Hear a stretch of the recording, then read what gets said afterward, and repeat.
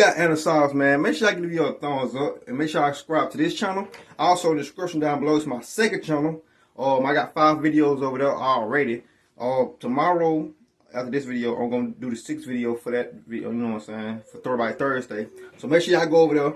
We can chill over there on this channel. Let's go ahead and get into this Unsolved though right here.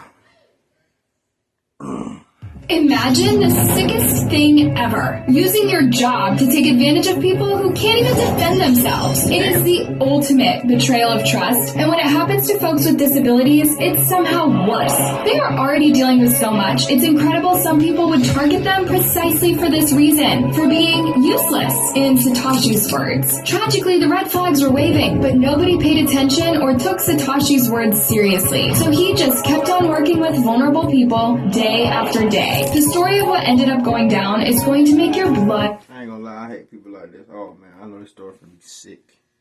...run cold. It is a harsh wake-up call about what can happen when the system fails the people it is supposed to protect.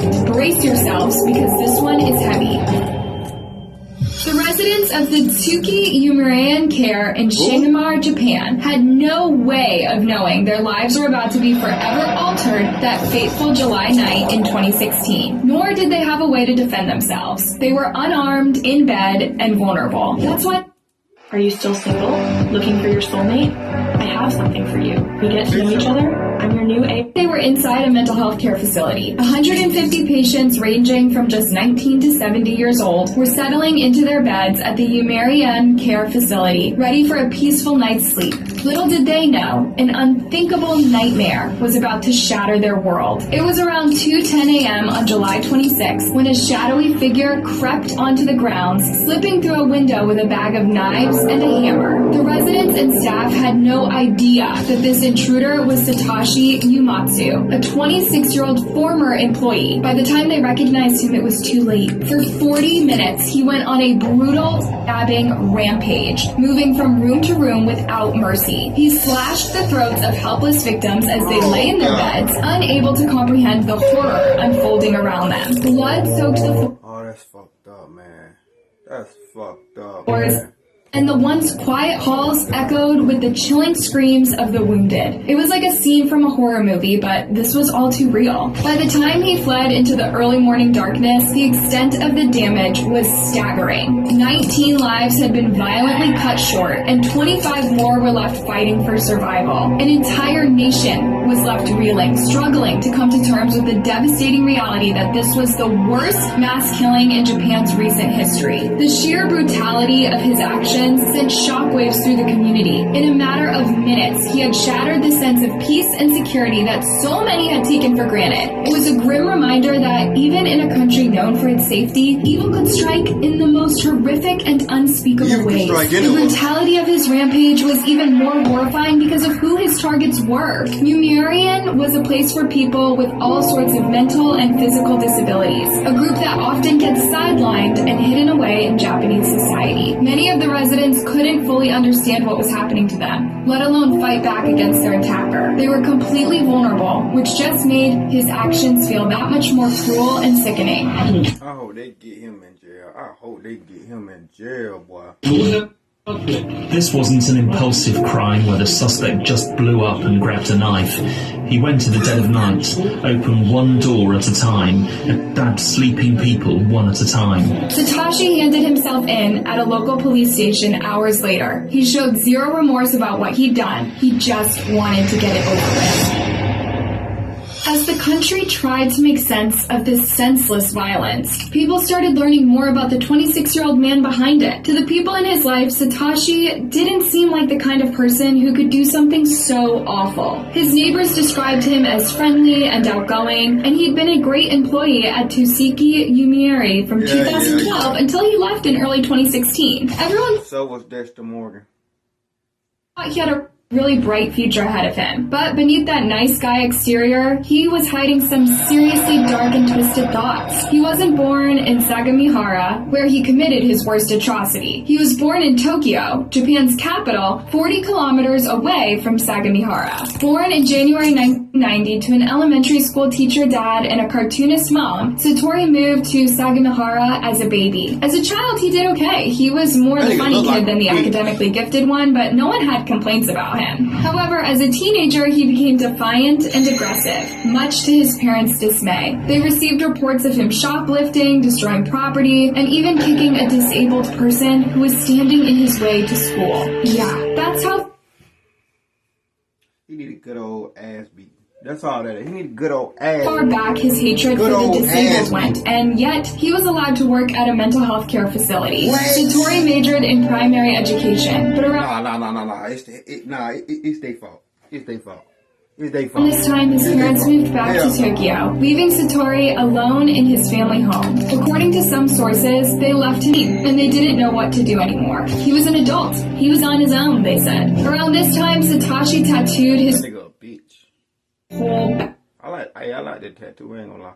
back. Before you ask why this is relevant to the story, we must remember this is happening in Japan. In Japan, tattoos have been long associated with criminality, particularly the Yakuza, or the Japanese mafia. This stigma dates back centuries when tattoos are used to brand and punish lawbreakers. Today, many businesses, such as public baths and gyms, still ban people with tattoos. Japanese society highly values Damn, I don't need to go to Japan, damn.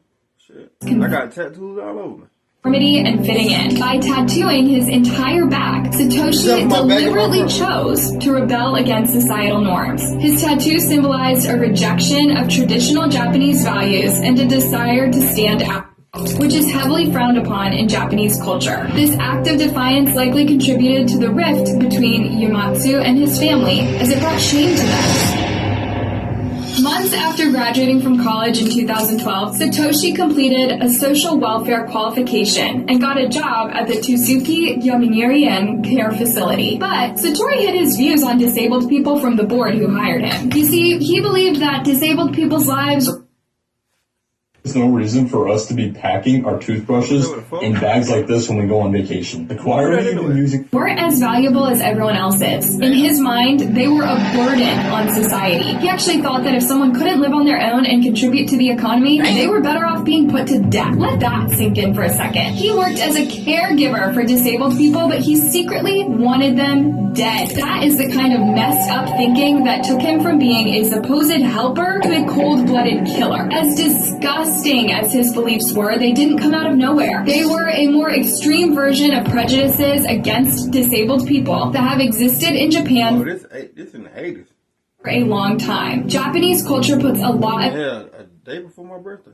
emphasis on fitting in and being productive, so people with physical or mental disabilities can face a ton of stigma and discrimination. They often get pushed to the edges of society with limited chances to participate fully in things like school or work. The stigma is so strong that a lot of families feel like they have to hide their disabled relatives away because it's seen as shameful. It gets worse. Over 25,000 disabled citizens in Japan have been sterilized since 1945, with over 16,000 of those sterilizations performed entirely against their will. This shocking practice, aimed at purifying the Japanese population, was only officially abolished in 1996. But it's easy to imagine how many people kept these hateful beliefs afterward. Sadly, hateful mindsets disappear at much slower rates than the laws meant to keep them in check. In a society like that, it's sadly not surprising that someone like Yumatsu could develop such toxic and harmful attitudes. It doesn't excuse what he did, but it shows how bad things can get when prejudice is allowed to fester. The saddest part is that there were warning signs about what he was planning, but no one took them seriously until it was too late. His superiors at the facility saw him hit patients at least twice. When they confronted him about it, he had a lame excuse and promised not to do it again. In the end, he was the one who resigned in February 2016. If it were me, Just a few months before the attack, Satoshi hand-delivered a letter to one of Japan's most powerful politicians, the House of Representatives Speaker. In this letter, he straight up said he wanted to unalive hundreds of disabled people. There were plenty of warning signs. Uematsu had begun. Like he could save the country from economic problems by getting rid of people he saw as a burden. It was a really messed up and twisted logic. Of course, the letter got him arrested right away, and he was sent to a psychiatric hospital to get checked out. But here's the really shocking part. Only 2 weeks later, the doctors let him go. They apparently thought he wasn't a danger to himself or others anymore. Looking back, it was a catastrophic mistake that ended up costing so many lives. Even though he never took back what he said about wanting to hurt people, the authorities just kind of let it in shock, wondering if they could have done more to prevent this tragedy. I know that's Michael Myers. Staff and tenants were like friends. I just can't imagine this happening. One woman in Tokyo spoke to the police on the day after the attack. It turns out she had met Satoshi at a barbecue restaurant for dinner the night before the attack. He was pretty weird. He dyed his hair a messy yellow, he showed her his hateful letter, and he promised to unalive disabled people. And yet, she thought he was just a weirdo, a bark and no bite type of person. Of course, Satoshi's crimes are not on her, but it's shocking how many people ignored this walking, talking red flag before it was too late. Yeah. In the horrific aftermath of Uematsu's attack, the families of the victims rushed to the care facility, desperate for information about their loved ones. Some had to face the worst news imaginable, while others had to endure an agonizing wait to find out if their family members Which is crazy, bro.